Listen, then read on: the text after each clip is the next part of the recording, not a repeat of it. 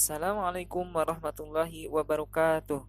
Apa kabar semuanya? Di video ini kita akan belajar pendidikan agama Islam dan budi pekerti untuk materi indahnya kebersamaan dengan sholat berjamaah. Perlu kalian tahu bahwa sholat adalah upaya membangun hubungan baik dengan Allah Subhanahu wa Ta'ala atau hablum minallah. Dengan kita sholat, insya Allah Allah akan memberikan keamanan, kedamaian, dan keselamatan dunia maupun akhirat. Maka jangan sampai lupa mengerjakan sholat 5 waktu ya. Nah, agar sholat kita disebut sholat terbaik, maka kita harus sholat berjamaah. Apa sih sholat berjamaah itu? Nah, ada yang namanya sholat berjamaah dan ada yang namanya sholat munfarid. Nah, untuk sholat munfarid adalah sholat yang dilaksanakan secara sendiri-sendiri. Sedangkan untuk sholat berjamaah dalam pengertiannya adalah sholat yang dikerjakan oleh 2 orang atau lebih secara bersama-sama, dan salah satu dari mereka menjadi imam sedangkan yang lainnya menjadi makmum. Jadi, untuk sholat berjamaah ini minimal dikerjakan oleh 2 orang.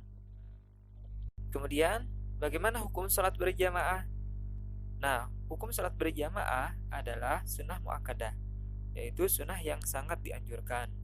Bahkan, sebagian ulama menjelaskan hukum sholat berjamaah adalah fardu kifayah, di mana fardu kifayah itu adalah kewajiban terhadap umat Islam yang mana bila telah dilakukan beberapa orang atau yang mewakilkan, maka gugur kewajiban individu untuk melakukan kewajiban ini.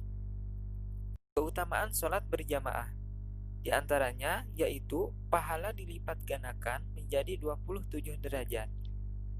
Hadis Rasulullah SAW an Ibni Umar qala Rasulullah sallallahu alaihi wasallam, salatul jama'ati tafdulu ala salatil fardhi bisab'i wa ishrina darajah. Dari Ibnu Umar radhiyallahu anhu, Rasulullah sallallahu alaihi wasallam bersabda, salat berjamaah lebih utama dibandingkan salat sendirian dengan 27 derajat.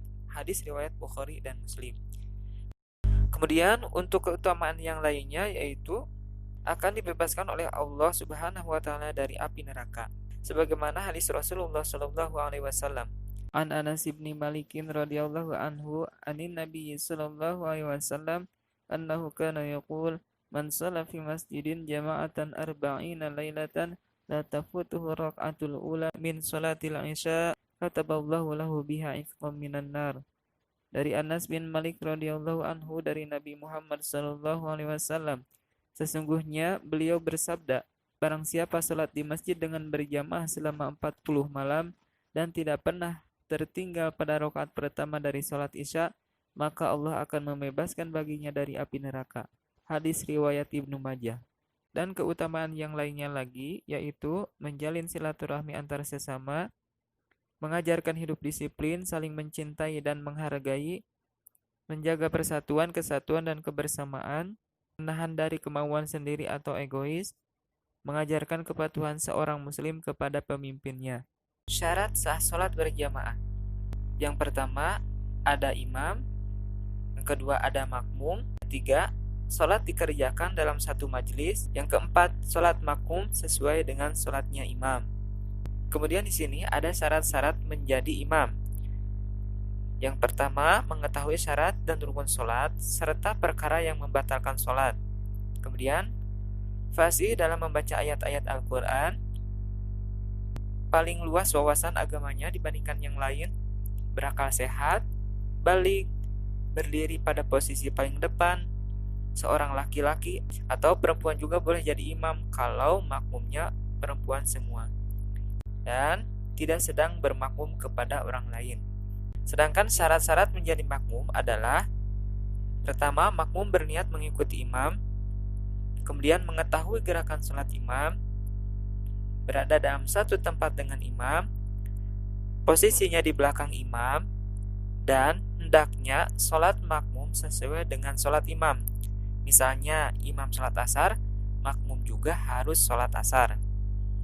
Nah, untuk makmum itu sendiri di sini terbagi menjadi 2 bagian, yaitu makmum muwafiq dan makmum masbuk. Makmum muwafiq adalah makmum yang dapat mengikuti seluruh rangkaian sholat berjamaah bersama imam. Sedangkan makmum masbuk adalah makmum yang tidak sempat membaca surat Al-Fatihah bersama imam dalam rakaat pertama. Untuk ilustrasinya di sini, yang pertama, pada saat makmum datang untuk berjamaah sholat asar, imam masih berdiri pada rakaat pertama. Makmum berniat takbiratul ihram dan membaca Al-Fatihah. Namun, sebelum selesai membaca Al-Fatihah, imam ruku. Maka, dalam keadaan ini, makmum harus segera ruku mengikuti imam tanpa harus menyelesaikan bacaan Al-Fatihah. Makmum semacam ini masih dinyatakan mendapatkan seluruh rakaat bersama imam. Jadi, pada saat imam menutup sholat dengan salam, makmum tersebut ikut salam. Kemudian, ilustrasi kedua, pada saat makmum datang untuk berjamaah sholat asar, imam sedang ruku untuk rakaat pertama. Makmum berniat takbiratul ihram dan membaca Al-Fatihah meskipun hanya satu ayat. Lalu makmum segera ruku mengikuti imam tanpa harus menyelesaikan bacaan Al-Fatihah. Makmum semacam ini masih dinyatakan mendapatkan seluruh rakaat bersama imam. Jadi, pada saat imam menutup sholat dengan salam, makmum tersebut ikut salam. Kemudian, ilustrasi yang ketiga, pada saat makmum datang untuk berjamaah sholat asar, imam sedang i'tidal atau sujud untuk rakaat pertama. Maka, makmum berniat takbiratul ihram dan langsung i'tidal atau sujud bersama imam. Pada saat imam menutup sholat dengan salam, makmum berdiri lagi untuk menambah kekurangan rakaat yang belum selesai. Nah, kemudian di sini ada faktor yang menjadi halangan kita melaksanakan sholat berjamaah, sehingga kita harus melakukan sholat itu secara munfarid. Yang pertama, hujan yang mengakibatkan susah menuju ke tempat sholat berjamaah, kemudian angin kencang yang sangat membahayakan, sakit yang mengakibatkan susah berjalan menuju ke tempat sholat berjamaah, sangat ingin buang air besar atau buang air kecil, dan karena baru makan makanan yang baunya sukar dihilangkan, seperti bawang, petai, dan jengkol. Sekian video kali ini, semoga bermanfaat untuk kita semua. Wassalamualaikum warahmatullahi wabarakatuh.